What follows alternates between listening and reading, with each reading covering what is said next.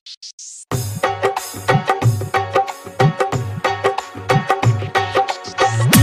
Amit Raj.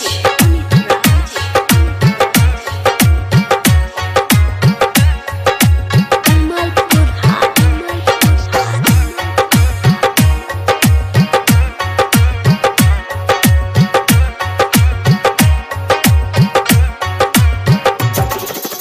Mixed by Aditya Recording Studio, Gopalganj.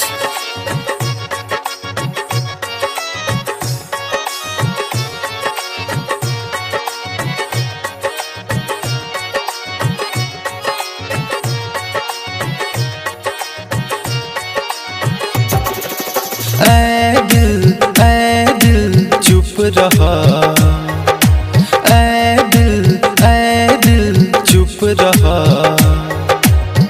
जन रोवा तू, जन रोवा तू। अभी ओकरा ना बुझाई, बाद में पछताई। मिलल बा जवन दर्दिया, अब सहल कसहू।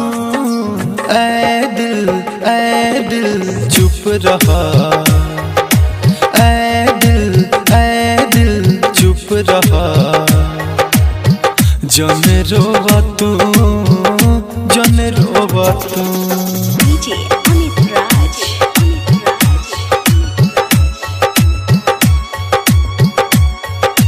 Kamalpur Haat.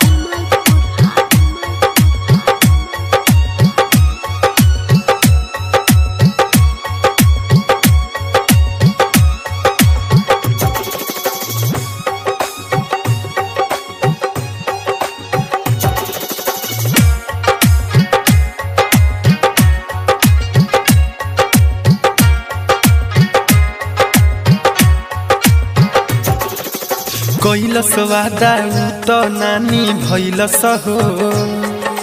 बीच रहिया में बहिया छोड़ के गैलस हो।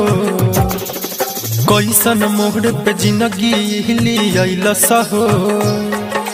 छोड़ के हमके दोसर के बहिया धैलस हो।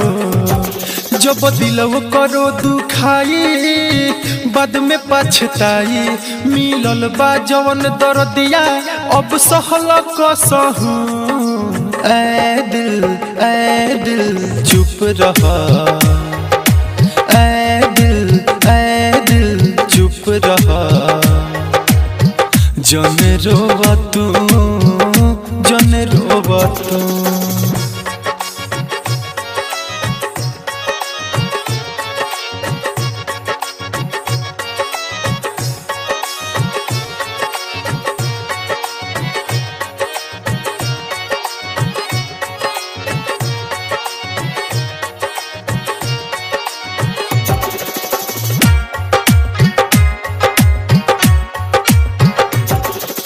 तनको नाही सोचल सौहर जाई हो। टूटल दिलवा लेके दीपक कहाँ जाई हो। बिया रोवले हो हंसे ना पाई हो। भूल न पाई कैलो कर बेवफाई हो। से सोना थली खले सच्चाई, बाद में पछताई।